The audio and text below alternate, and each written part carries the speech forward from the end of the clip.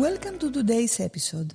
My name is Fotini Karra and I am joined by my colleague Ioanna Stamou to explore the complex world of claiming damages under EU competition law as provided by the Directive 2014/104. This directive, often referred to as the Damages Directive, aims to facilitate the private enforcement of competition law. Can we start by giving an overview of this directive, Ioanna? Absolutely. The Damages Directive, which came into force in 2014, is designed to harmonize certain rules governing actions for damages under national law.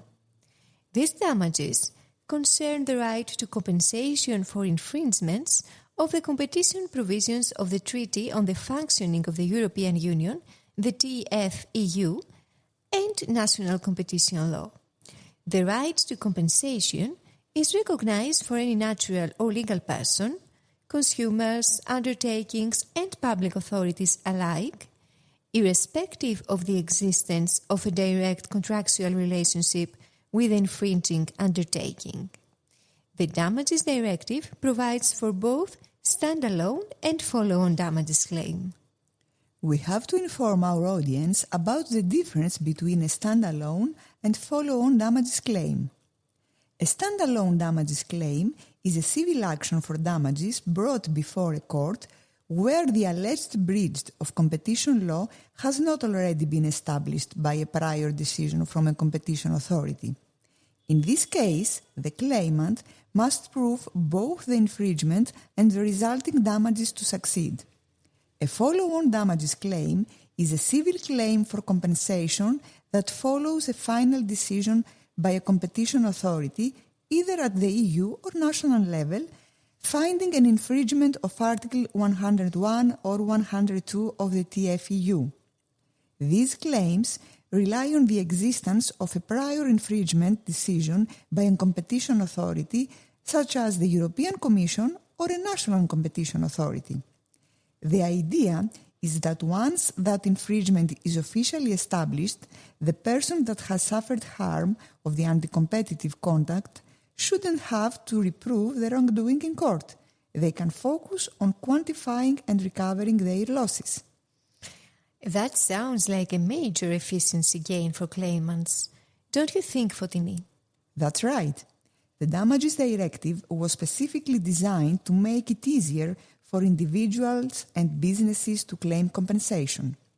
Article 9 of the directive is particularly important here, as it provides that a final infringement decision by a national competition authority or a review court is binding on national courts in subsequent damages actions. This means that claimants do not need to prove the infringement again, which streamlines the litigation process and reduces the evidentiary burden. And does this apply equally for both the European Commission and national competition authorities' decisions? Yes, the directive makes no distinction in that regard. If the decision is final and no longer open to appeal, its findings on the infringement are irrefutable for damages purposes. That's a strong position. I understand that in cases where a binding infringement decision exists, claimants shouldn't face an uphill procedural battle just to get to the compensation stage. We could say that the Damages Directive isn't just a guideline. It has a real bite, since it codifies the right to full compensation under EU law. What about the damages resulting from an antitrust infringement under Greece's jurisdiction? The Damages Directive was transposed into Greek national law by Law 4529/2018, known as the Greek Damages Act, which applies in supplement to the general tort provisions of the Greek Civil Code. In line with the Damages Directive, by this law, it is possible to bring standalone actions without any prior finding of competition violation by European Commission and national competition authorities, and at the same time, follow-on actions for damages for antitrust infringements are possible.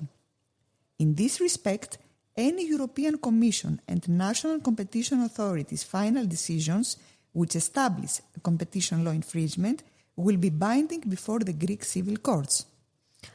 And what about the final decisions issued by the authorities or the national courts of another member state which establish a competition law infringement? Final decisions issued by the authorities or national courts of another EU member state which established infringement under Articles 101 or 102 of the TFEU or the relevant national competition law constitute full evidence for the infringement before the Greek national courts in action for damages for competition law infringement. However, this presumption is rebuttable. Is it possible that the Greek courts invoke any national procedures or regulations which are not ruled by the Damages Directive, which may impede its effective implementation? Yes. Sometimes procedural rules or national practices create disproportionate obstacles. I think we should explain how this issue can be dealt with. Yes. The principle of effectiveness, which was established long ago by the ECJ case law, plays an important role here. According to this principle, the national rules implementing the Damages Directive must not make it excessively difficult for injured parties to exercise their right to compensation. This is reflected in several key provisions of the Damages Directive, which are transposed in the Greek law. As already stated, the binding effect of infringement decisions ensures that claimants are not faced with the task of proving the infringement anew.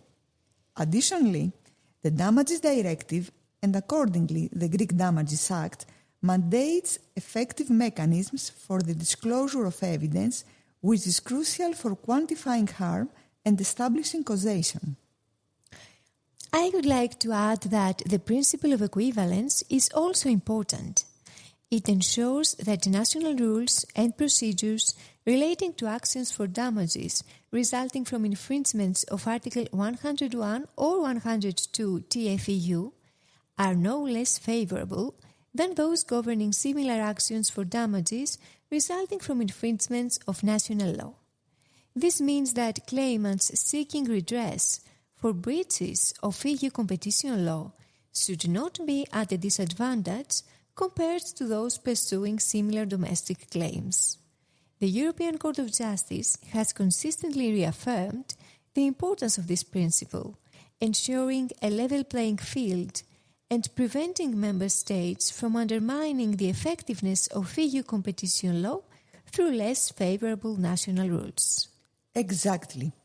So, national courts must scrutinize their procedural rules to ensure that claimants in damages actions are not subject to stricter requirements than those applicable to similar domestic claims.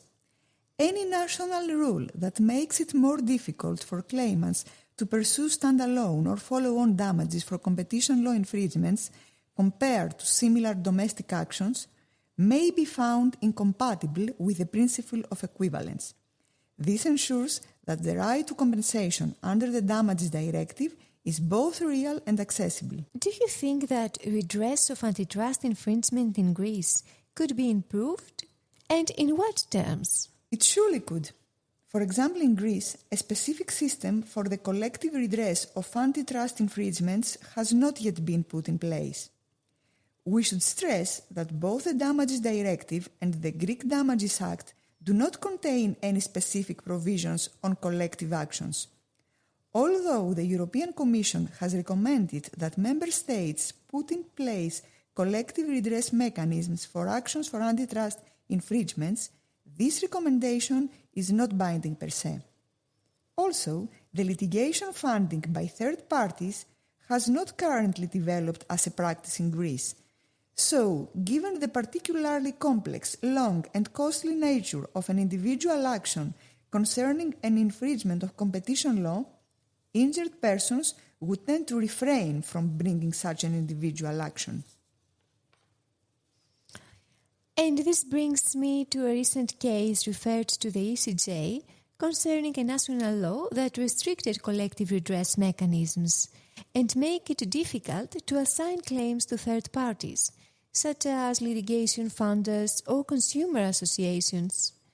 In its judgment, the court clarified that where such mechanisms are necessary to make litigation viable, particularly in follow-on cases, national courts must interpret or even disapply restrictive rules that undermine the effectiveness of the directive.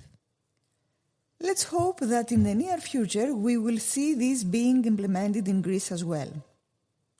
And that wraps up today's episode. Thank you, Ioanna, and thank you all for tuning in. If you want to find out more about the latest legal developments, litigation, or any other issue, get in touch with us directly or visit www.bernitsaslaw.com. Until next time, stay curious.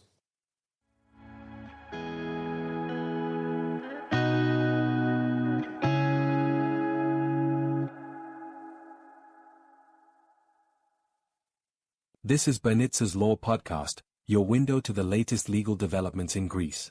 This podcast is intended to provide general information and is not meant to constitute a comprehensive analysis of the matters or to be relied upon as legal advice.